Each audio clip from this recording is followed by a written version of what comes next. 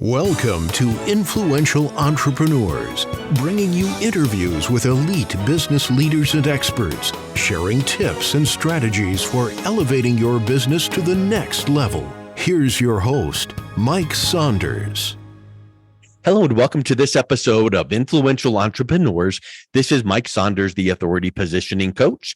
Today we have with us Sherry Auble, who's the founder of Savvy Women in Wealth, and we'll be talking about the importance of having a business plan. Sherry, welcome to the program. Thank you, Mike. Hey, I know that having a business plan is important. I want to dive into that, but before we do that, give us a little bit of your background and what's your story? How did you get into the business of working with women and helping them formulate their business and business plans? Well, I had a little bit of a rocky journey myself. I come from a very small town, a blue-collar family where money was scarce, if not sometimes non-existent. But I had this big dream of making a better life for myself.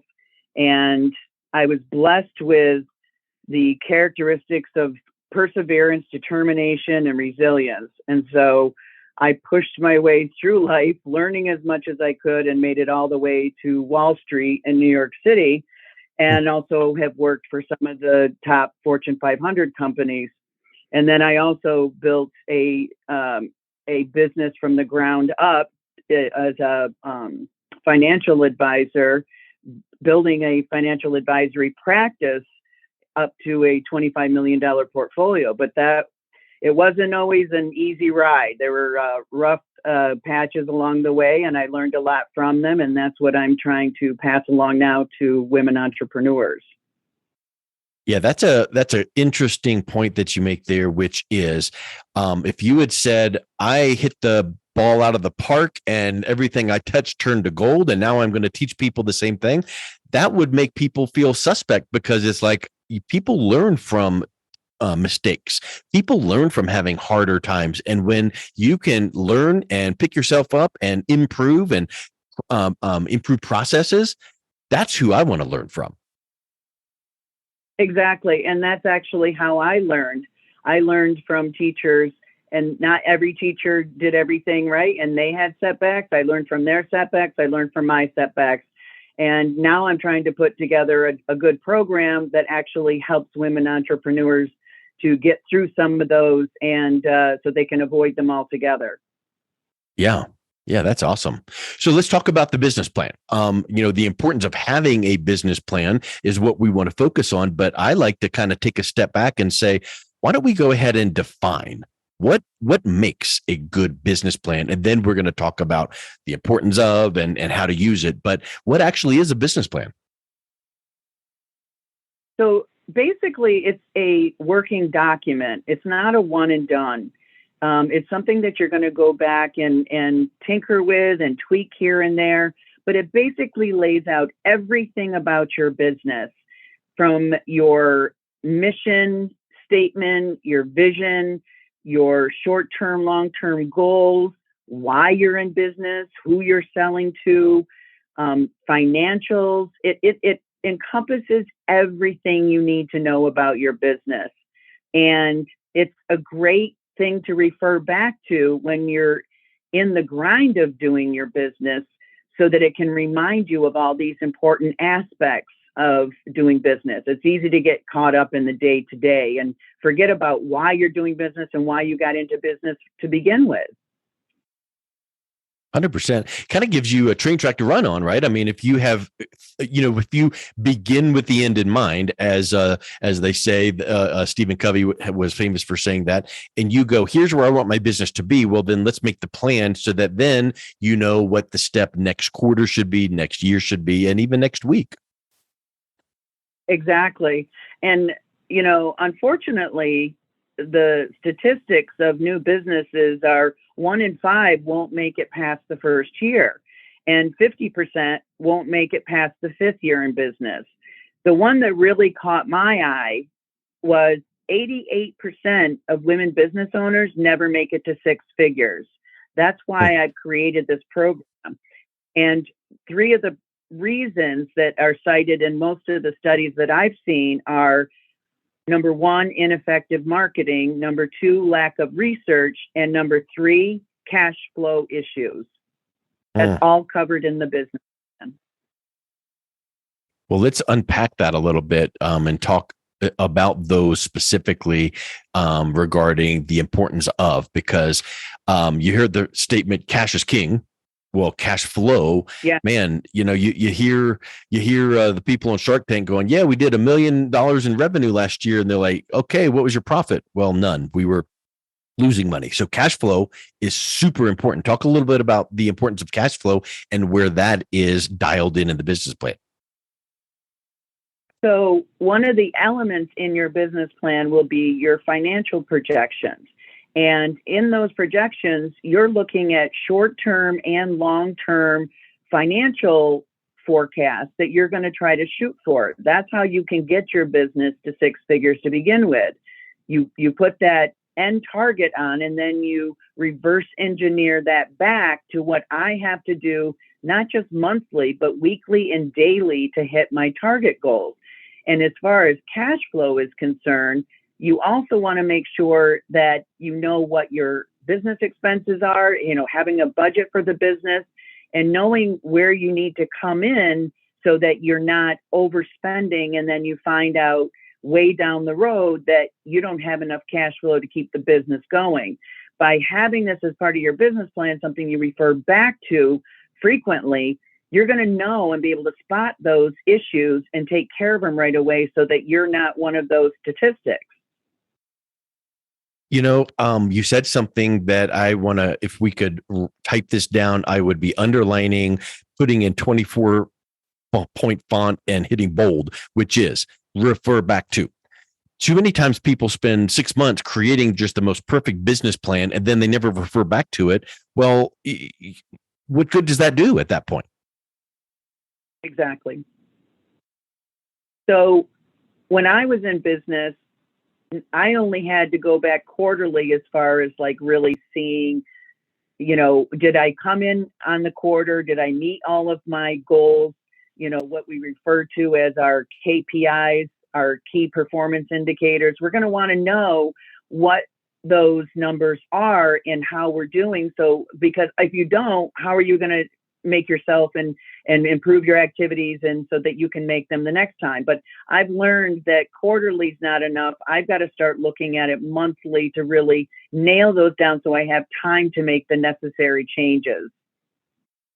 Yeah, that's a huge piece to consider because KPIs, key performance indicators, lead to those goals. You can't just say, here's our goal in the business plan, and that might be a 3-year goal, but what's the step right before that you need to achieve to meet that? And then the step before that and the step before that.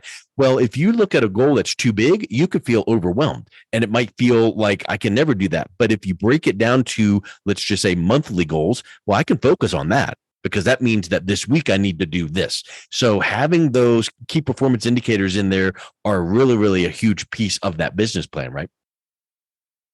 Exactly. And when I was running my business and when I was referring back, it really helped me to keep my short-term and long-term goals in focus, and also reminded me of the daily tasks that I had to accomplish in order to meet those goals.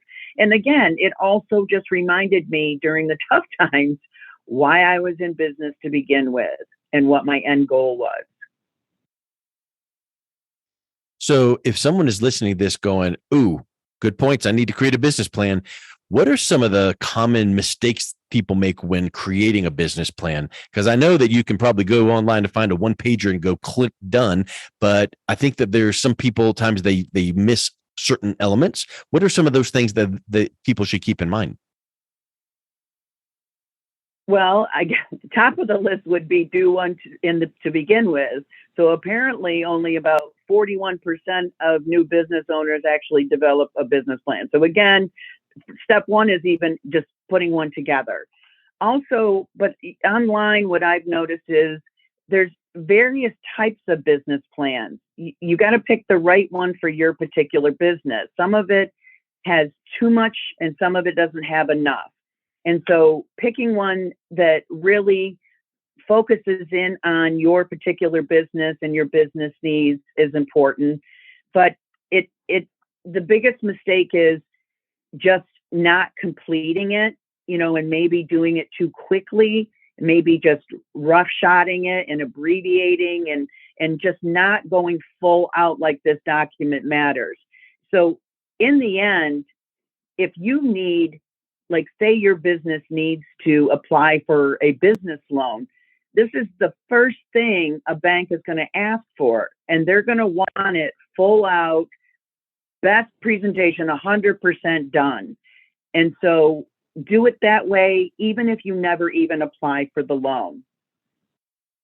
That's a really huge point, because I was literally earlier today saying to someone in a conversation, it's funny. The old saying really is true that banks want to lend you money only when it appears like you don't need the money.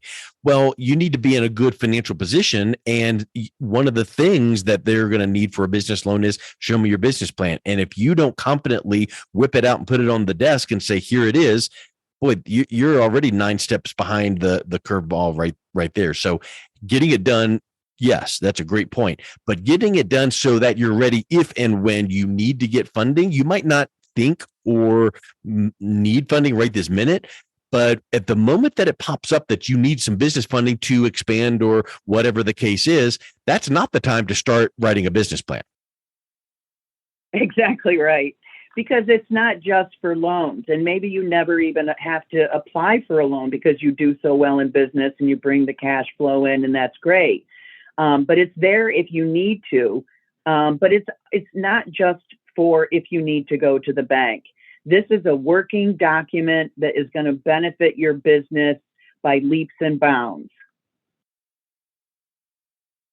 And another thing to think about, kind of as we were building off of the concept of the financials. Aren't there going to be some aspects of that business plan that is going to be looking forward, like the pro forma section of it? Like, here we are today, but in 3 years, we will be here. And in 5 years, we will be here.